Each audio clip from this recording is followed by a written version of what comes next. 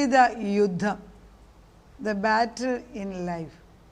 The title itself is very important. ജീവിത യുദ്ധം. യുദ്ധമില്ലാത്ത ഒരു ജീവിതം ഇല്ല നമുക്ക്. We are on a war zone. യുദ്ധത്തിൻ്റെ കളത്തിലാണ് നമ്മൾ നിൽക്കുന്നത്. അതുകൊണ്ടാണ് യുദ്ധത്തിന് മുൻപിൽ വരുന്നവർക്ക് കൂടുതൽ പ്രശ്നമുണ്ട്. പുറകെ നിൽക്കുന്നവർ, മുൻപിൽ നിൽക്കുന്നവരുടെ ശക്തിയിൽ പുറകെ നിൽക്കുന്നവർ രക്ഷപ്പെടുന്നുണ്ട്. പക്ഷേ ഒരു കാലത്ത് അവർ മുമ്പിൽ വന്നേ ഒക്കത്തുള്ളൂ. Because we are marching forward. അപ്പോൾ ഇതിന് വ്യക്തമായിട്ട് എല്ലാത്തിനും ഉത്തരം വേദപുസ്തകത്തിൽ എഴുതിയിട്ടുണ്ട്.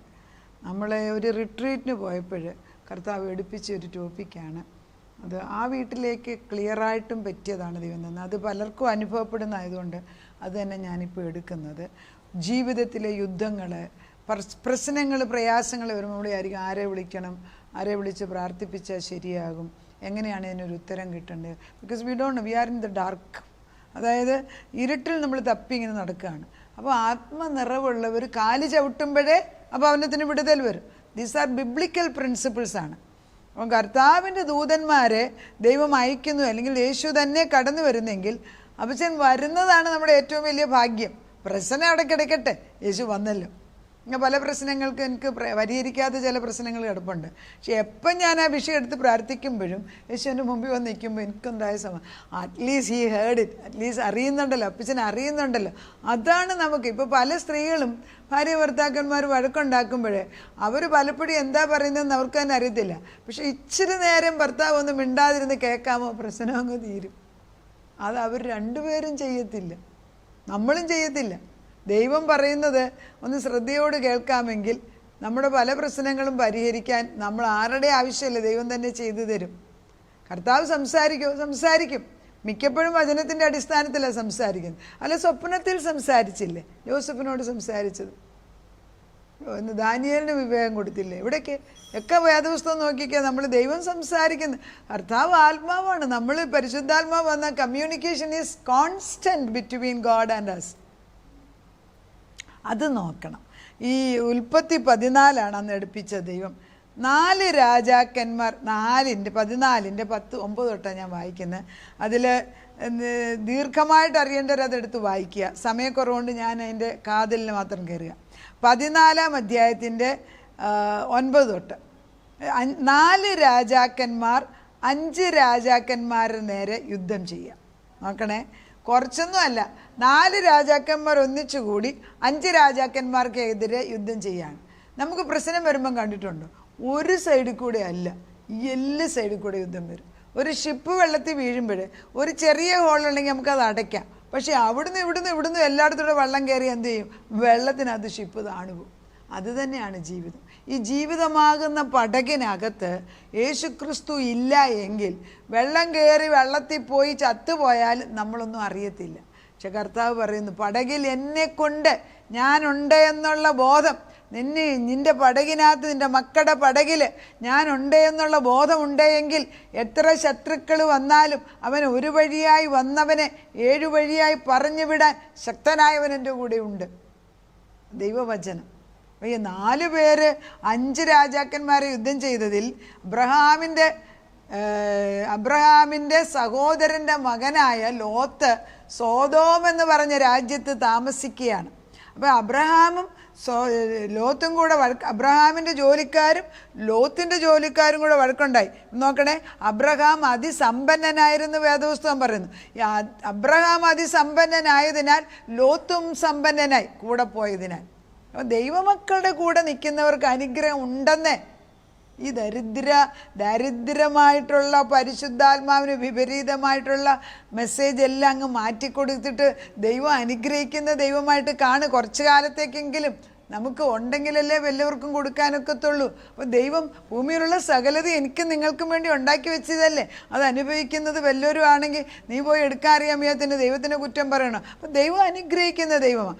ഈ സോദോം ഗോമോറയിലെ ദൈവം പറയുന്നത്, അബ്രഹാമും ലോത്തും കൂടെ പ്രശ്നം വന്നപ്പം അബ്രഹാം പറഞ്ഞു, നിനക്ക് ഇഷ്ടമുള്ള സ്ഥലം നീ എടുക്കേ, ബാക്കി ഞാൻ എടുത്തോളാം. ലോത്ത് എന്തെടുത്തു? സോദോം തിരഞ്ഞെടുത്തു. സോദോം എന്ന് പറയുന്നത് മ്ലേച്ഛതയുടെ ലോകമാണ്, അങ്ങേയറ്റം സമൃദ്ധമുള്ള സ്ഥലം. പോയി അവിടെ താമസിച്ചു. എന്ത്? ദൈവത്തിന് വിപരീതം. ഇപ്പോൾ ആദ്യമേ ഒരടി വരികയാണ്. അതിനിവിടെ യുദ്ധം വരുന്നു. രാജാക്കന്മാർ വന്ന് സോതോമിലുള്ളവരെ എല്ലാം പിടിച്ചോണ്ട് പോയപ്പം ഒരു കൂട്ടർ, അതായത് 4 രാജാക്കന്മാർ 5 രാജാക്കന്മാർക്കെതിരായിട്ട് വന്നിട്ട് ഒരു കൂട്ടർ ജയിച്ചവർ സോതോമിനെ തോൽപ്പിച്ചിട്ട് അവിടെയുള്ളവരെ പിടിച്ചോണ്ട് പോയതിനകത്ത് ലോത്തും വന്നിട്ടുണ്ട്. അങ്ങനെ ലോത്തിനെ പിടിച്ചോണ്ട് പോയതിനാൽ ലോത്തിനെ പിടിച്ചോണ്ട് വന്ന് ആരോ കണ്ടിട്ട് എബ്രായനായ അബ്രഹാമിനോട് വന്ന് പറയുകയാണ്, നിൻ്റെ സഹോദരൻ്റെ മകനെ പിടിച്ചോണ്ട് പോകുന്നത് ഞാൻ കണ്ടു. കേട്ടപ്പോഴേ അബ്രഹാം ഒന്നും ചെയ്യാതിരുന്നില്ല, അനങ്ങാതിരുന്നില്ല. അബ്രഹാം ഉടനടി എന്താ ചെയ്തതെന്നാണ് നോക്കി വായിക്കാം. സിദ്ദീം താഴ്വരയിൽ കീഴ്ക്കുഴിയിൽ വളരെ ഉണ്ടായിരുന്നു. സോദോം രാജാവും ഗോമോര രാജാവും ഓടിപ്പോയി അവിടെ വീണു, അടലപ്പെട്ടു. അബ്രഹാമിൻ്റെ സഹോദരൻ്റെ മകനായി സോദോമിൽ പാർത്തിരുന്ന ലോത്തിനെയും അവൻ്റെ സമ്പത്തിനെയും അവർ കൊണ്ടുപോയി. ഓടിപ്പോന്ന് ഒരുത്തൻ വന്ന് എബ്രായനായ അബ്രഹാമിനെ അറിയിച്ചു. അവൻ എസ്മോലിലെയും ആനേലിൻ്റെയും സഹോദരനായി അമോര്യനായ മമ്മിറയുടെ തോപ്പിൽ പാർത്തിരുന്നു. അവർ അബ്രഹാമിനോട് സഖ്യത ചെയ്തവരായിരുന്നു.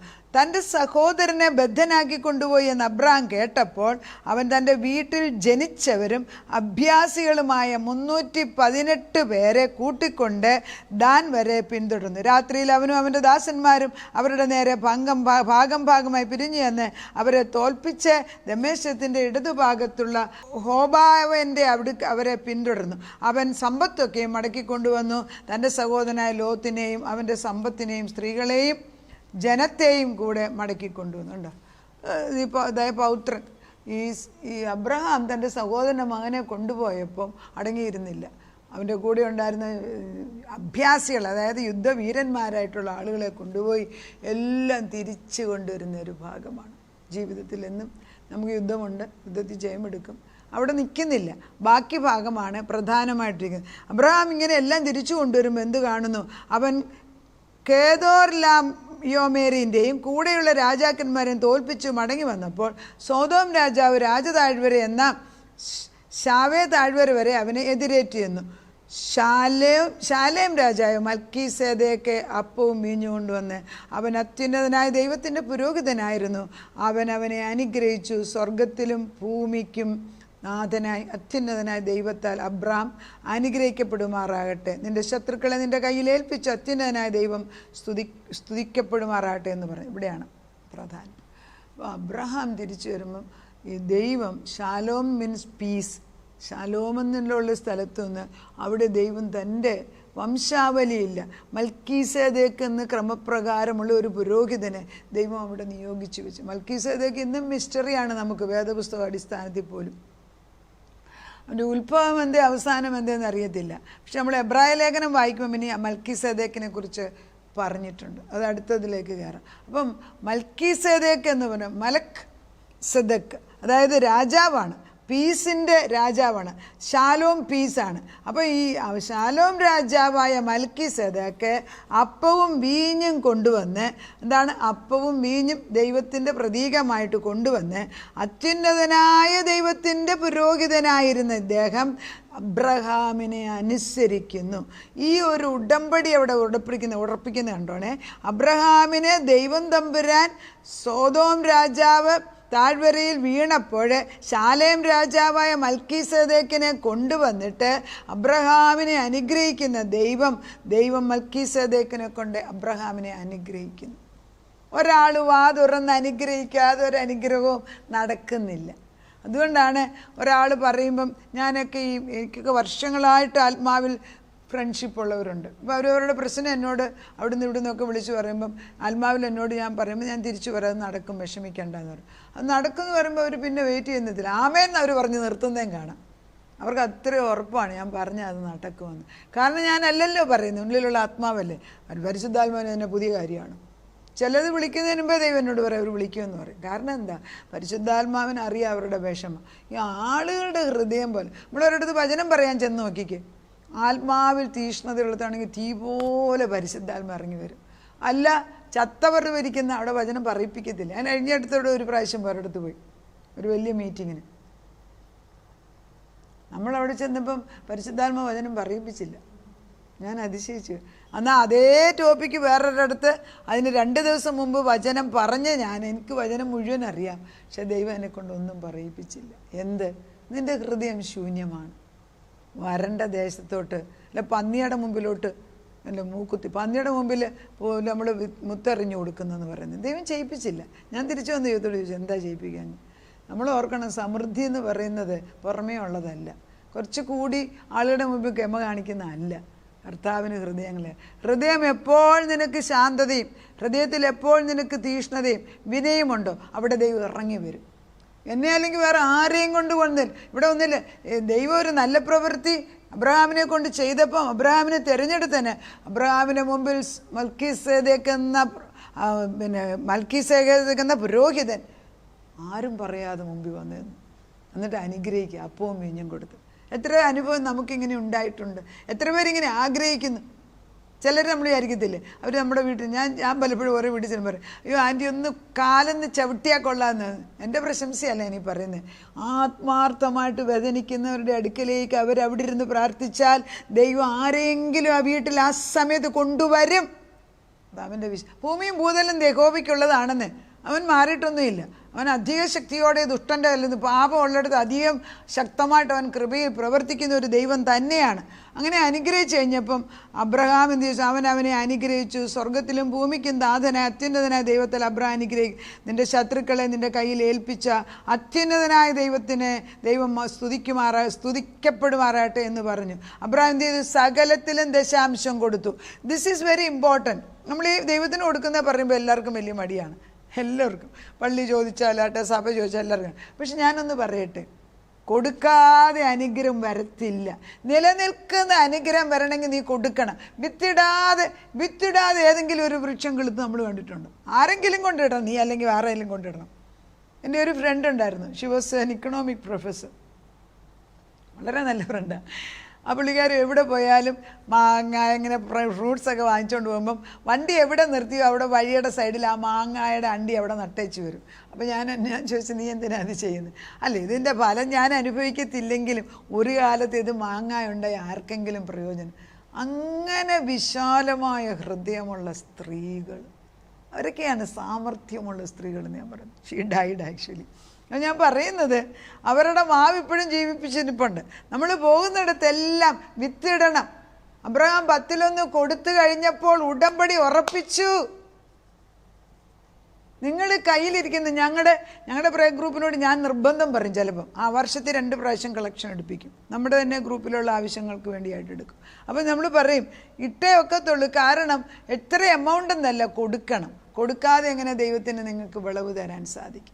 അപ്പോൾ നമ്മൾ ഉദ്ദേശിക്കാത്ത വിധത്തിൽ നമുക്ക് വരികയും ചെയ്യും. എന്നിട്ട് നമ്മളത് കാര്യം നേടുകയും ചെയ്യുന്ന കാണുമ്പം എങ്ങനെ ദൈവത്തെ, അപ്പോൾ അവർക്കെല്ലാം ദൈവം അനുഗ്രഹം കൊടുക്കും. ഞാൻ എപ്പോഴെങ്കിലും ആർക്കെങ്കിലും അർഹിക്കാത്തവർക്ക് കാശ് കൊടുത്തോ ഇത് തിരിച്ചു വന്ന് എന്തെങ്കിലും പ്രതിഫലം ഉടനെ ദൈവം തിരിച്ചു തരുന്ന എനിക്ക് തരുന്ന കാണാം. പരീക്ഷിച്ച് നോക്കുന്ന മാലാഖി പറയുന്നുണ്ടല്ലോ, കൊടുക്കുന്നവരാകുവിൻ.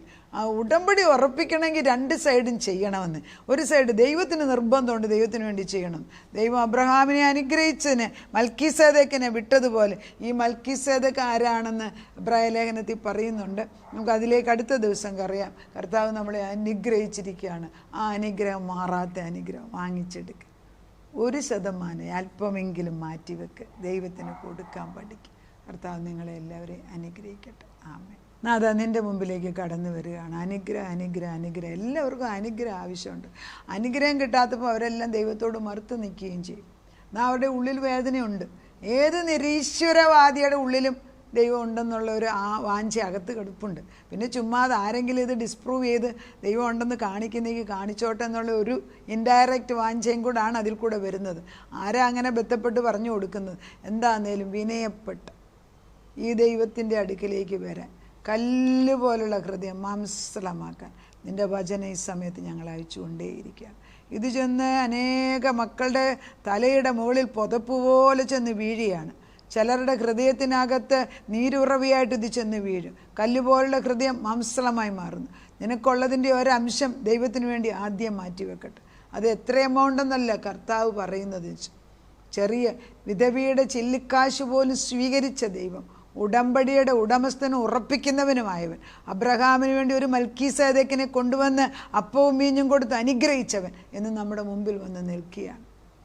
അതാ ഞങ്ങളെ അനുഗ്രഹിച്ചല്ലാതെ നിന്നെ വിടുകയില്ല. യാക്കോബ് പറഞ്ഞു, മൽപ്പിടുത്തത്തിൽ ജയിച്ചവൻ, അബ്രഹാമിൻ്റെ ഇസഹാക്കിൻ്റെ യാക്കോബിൻ്റെയും ദൈവം സ്വന്തം പുത്രനായിട്ട് യേശുക്രിസ്തു ഭൂമിയിൽ വന്ന് കൃപയിൽ നിർത്തിക്കൊണ്ട് ഞങ്ങളെ അങ്ങേയറ്റം അനുഗ്രഹിക്കാൻ കടന്നു വന്ന് നിൽക്കുമ്പോൾ, ദൈവമേ, നിൻ്റെ കണ്ണിലേക്ക് നോക്കിയിട്ട് നിന്നിൽ നിന്ന് അനുഗ്രഹം വാങ്ങിച്ചെടുക്കാൻ ഞങ്ങളെ പഠിപ്പിക്കണം. തലമുറ മേൽ മറുത്തു നിൽക്കുന്ന കുഞ്ഞുങ്ങളുടെ മേൽ നിൻ്റെ ആത്മാവ് ചെന്ന് വ്യാപരിക്കട്ടെ. നിൻ്റെ സ്നേഹത്തിൻ്റെ മുൻപിൽ ആർക്കും നോ പറയാനൊക്കത്തില്ല. സ്നേഹമാണ്. അപ്പച്ചൻ്റെ സ്നേഹത്തിൻ്റെ മുമ്പിൽ അപ്പച്ചൻ ഒരാളെ നോക്കിക്കഴിഞ്ഞാൽ അവർക്ക് തിരിച്ചു വരാതിരിക്കാനൊക്കത്തില്ല. മാറി നിൽക്കുന്ന കുഞ്ഞുങ്ങൾ, ഭർത്താക്കന്മാർ, ഭാര്യമാർ, അകന്ന് നിൽക്കുന്നവരടുത്ത് വരാൻ കർത്താവിൻ്റെ ജീവൻ്റെ നദി, സ്നേഹത്തിൻ്റെ നദി, ഉടമ്പടിയുടെ നദി, ആത്മാവിൻ്റെ നദി ഒഴുകട്ടെ അപ്പച്ചൻ അത് ചെയ്തിരിക്കുന്നതിനാൽ സ്തോത്രം. പ്രാർത്ഥനയുടെ ഉത്തരം തന്നതിന് നന്ദി. യേശു ക്രിസ്തുവിൻ്റെ പുണ്യനാമത്തിൽ തന്നെ. ആമേൻ.